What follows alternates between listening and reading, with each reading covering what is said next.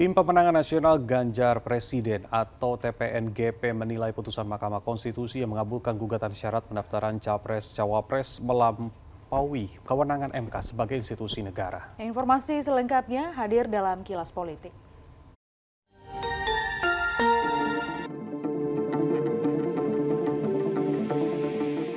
Ditemui di Rumah Pemenangan Cemara, Menteng, Jakarta Pusat Senin sore, juru bicara TPN Ganjar Presiden Ciko Hakim mengungkapkan putusan Mahkamah Konstitusi yang mengabulkan gugatan syarat pendaftaran Capres-Cawapres berusia minimal 40 tahun atau berpengalaman sebagai kepala daerah baik di tingkat provinsi maupun kabupaten kota sudah melampaui kewenangannya sebagai institusi negara.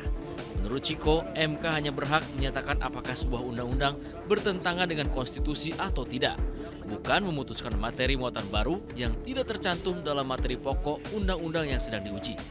Ciko juga menilai meskipun putusan MK final dan memiliki kekuatan hukum yang mengikat, namun putusan tersebut masih harus ditindaklanjuti dalam bentuk revisi Undang-Undang Pemilu, sehingga putusan yang diambil MK tidak otomatis menjadi sebuah hukum.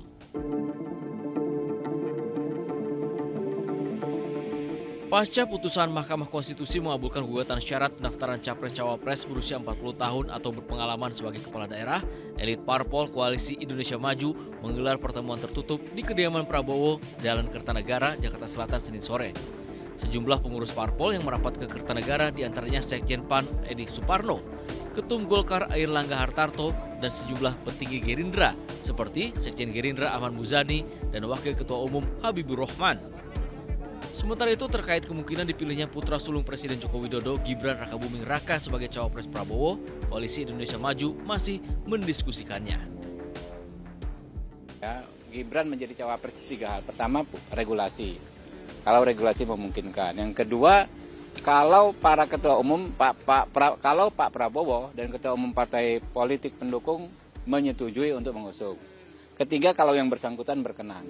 Kan 3 hal.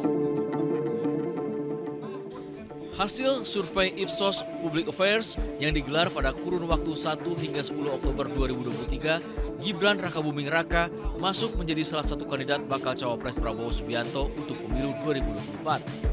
Namun, hasil survei menunjukkan Gibran masih di nomor urut 5, yakni dengan hasil elektabilitas sebesar 5,88%, jauh dari Erick Thohir yang menduduki peringkat pertama, yakni 24,86%, disusul posisi kedua Ridwan Kamil sebesar 12,74%.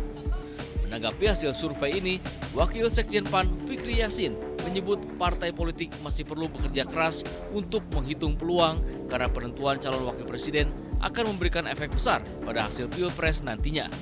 Hasil ini ia sampaikan mengingat Wali Kota Solo Gibran Rakabuming diisukan akan disandingkan dengan Prabowo Subianto pada pemilu 2024.